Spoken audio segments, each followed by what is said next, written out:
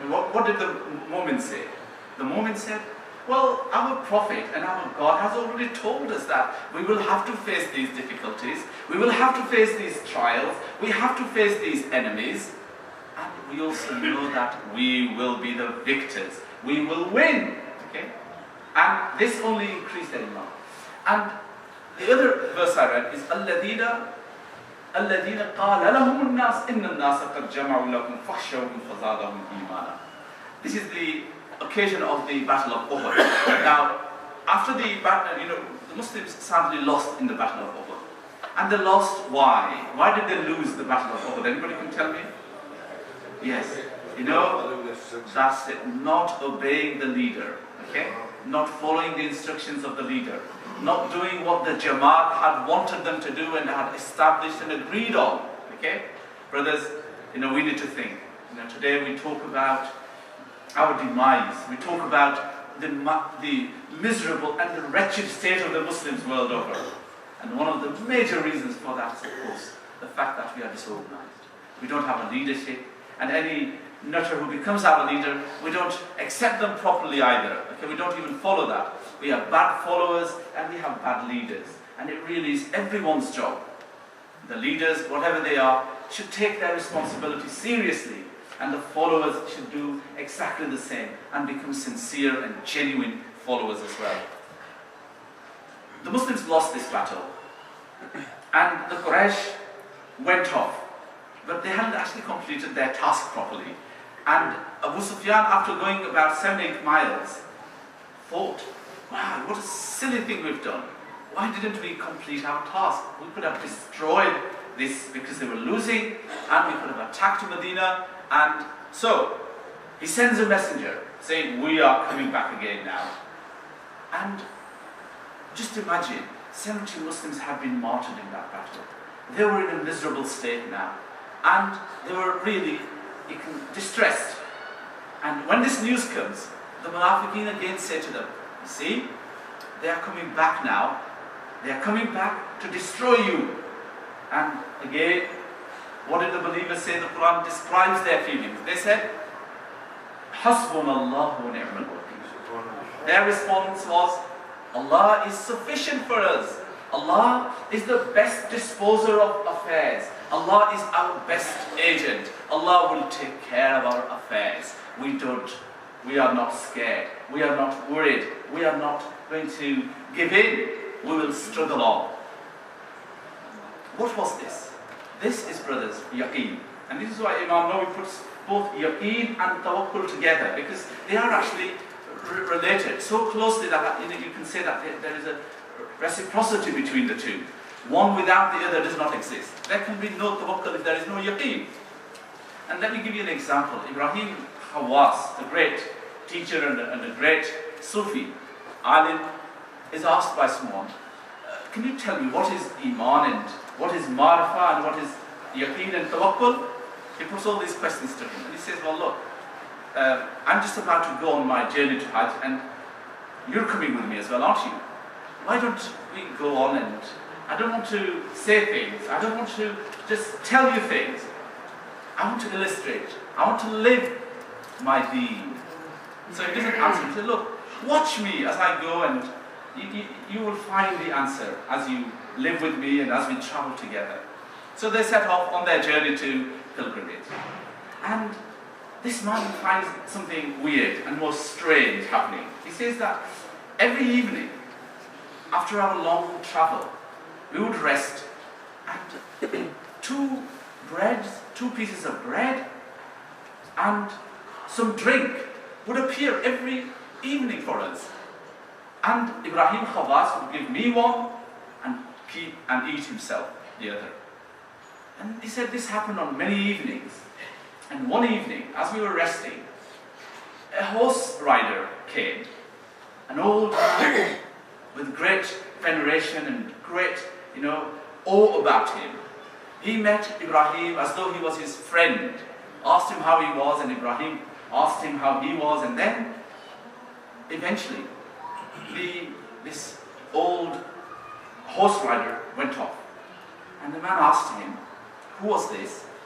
He said, he is the answer to your question.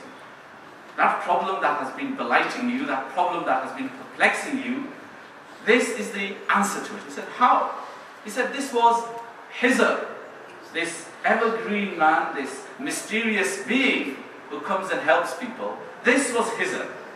And Hizr wanted to travel with me. And I said to him, no, he can't travel with me. The reason being that if Hizr was to travel with me, then I would have begun to trust him. I would have begun to rely on him. I would have confidence in him rather than the confidence and the trust that I should have in my Allah subhanahu wa ta'ala. And he said, this is, this is what Iman is, this is what Yaqeen and Tawakkul is. So, brothers, Iman and Tawakkul is what we are all about. We are trying to gain this. We are trying to increase our Iman and our Tawakkul and our reliance on Allah subhanahu wa ta'ala. Rasulullah sallallahu alaihi wasallam taught us about this great quality of Iman and Yaqeen. One day he said that, he says after the Salah, the Sahaba were gathered, he said to them that I saw in my vision a prophet, and I saw with him one or two people. I saw another prophet, and he had a handful of followers. And I saw another prophet, and with him was a large crowd. And I thought, this was my ummah. And I was corrected, I was told, no, this is Musa and his people. And then I was told, look on that horizon. And there I saw millions of people. There was a big crowd which I could not even count. It was such a massive crowd. And I was told to look at the other horizon, where again I saw another great crowd. And I was told, this is your ummah. And with them will be Alfan Sayyuna. There will be 70,000 people. يَدْخُلُونَ الْجَنَّةِ بِغَيْرِ حِسَابٍ وَعَذَابٍ. There will be 70,000 people with them who will enter paradise without giving any kind of reckoning or account. They will just walk into paradise. After telling this, Rasulullah ﷺ went back into his hujrah, and the disciples began to ask one another and began to discuss, who could these people be? These 70,000 lucky people who would just walk into paradise. Who are they? Someone said, well, possibly they are the Ashab al-Nabi sallallahu alaihi wasallam, the disciples. Others said, they would be perhaps those people who were born in Islam, they didn't do shirk. And everybody presented their own ideas on who these 70,000 should be. Rasulullah ﷺ heard them. So he came out of his hujrah and said to them, what are you arguing about? You want to know who these people are? He said, they are the people who have no superstitions, who don't believe in bad omens, who don't believe in these superstitions. He uses yarqun, yastaqirun, wa yatatayyarun. All these are words actually which describe, I couldn't find any English equivalent of them other than people who believe in superstitions, who believe in sort of palmists, who believe in people who could tell them, what might happen to them in the future, okay? But all, of course, lies and all, of course, false, right?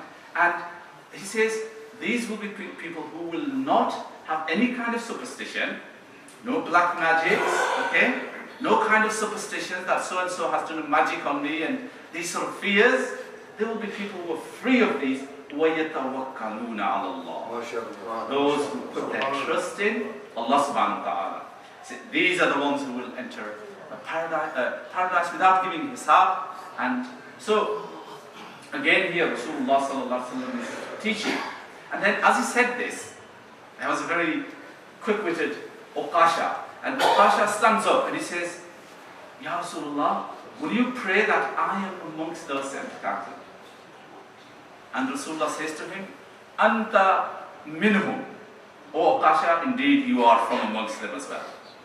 Another man stands up and he says, Ya Rasulullah, will you pray for me to be amongst them? And Rasulullah says, Uqasha has beaten you. You know, this of course shows you the yearning the Sahaba had. How seriously they took what Rasulullah told them, and how they put their trust in him as well.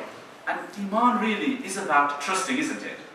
It is having this trust in whatever Rasulullah told and accepting it without any kind of doubt. Brothers, Rasulullah taught us, and he wanted us to develop this quality, and this is why he says, you know, pray, Hasbunallahu wa ni'mal wakeel, ni'mal mawla, ni'mal nasir. You know, pray that Allah is enough for us as our disposer of our affairs. And here, the hadith narrated by Ibn Abbas tells us that this was indeed the very prayer that Ibrahim a.s. said when he was about to be thrown into the fire of Nimrod. Now, Ibrahim is to be thrown. In fact, he can feel the heat of the fire. And what does he say? Jibreel comes to him and says, can I help you? Can I do anything for you? And Ibrahim Khalilullah says to him, Hasbunallah wa ni'mal wakeel. In other words, he says, Hasbi Allah. Jibreel, my Lord is enough for me. Who are you? Who are you? I know that this fire is able to burn because Allah is its creator. Allah has made the fire and has given it the energy to burn. And Allah is the one who can take away that energy from the fire. And that is why I don't need you. And I'm not going to even pray, because the one for whom I am doing this knows my situation. Brothers, this was tawakkul of Khalilullah. This is the yaqeen. This is the confidence he had. And no wonder, when he lands into that fire, what does the Quran say? وَكُونُوا بَرْدًا وَسَلَامًا عَلَىٰ إِبْرَاهِيمَ. That it became a garden of roses rather than fire. Why? Ibrahim knew that Allah is the one who gives power to things. And this is my understanding of Quran, brothers. It is to have this yaqeen, it is to be certain that whatever happens, happens because Allah is its creator. And Allah is the one who can change it. Allah can transform it as He likes, when He likes. And therefore, me fretting, me worrying about it, or me being joyous about it, or excited about it, really doesn't matter. The real thing is putting your trust in Allah and leaving it to that. This is the meaning of, Hasbunallah wa ni'mal wakeel. And Rasulullah said, whenever you leave your home, what do you say? Bismillah. So brothers, at least learn this one dua. Whenever you leave your home, say Tawakkaltu ala Allah. In the name of Allah, I put my trust in Allah, the one who will take care of things, the one who will protect things, the one who will transform things. And I put my reliance and trust in Allah subhanahu wa ta'ala. Wa akhiru da'wana alhamdulillahi rabbil alameen.